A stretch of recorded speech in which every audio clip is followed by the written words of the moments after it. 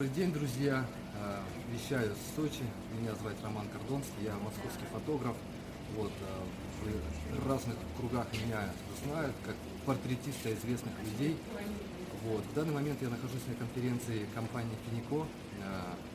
Компания очень уникальная, с интересными трендовыми продуктами, инвестиционными.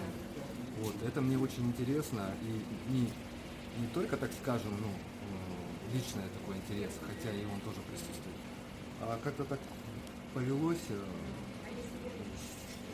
снимая конференции, репортажи бизнесовые, такие, можно сказать, истории успешных людей, так или иначе сформировалось мышление о том, что деньги создаются и хорошие результаты можно делать вместе, командно.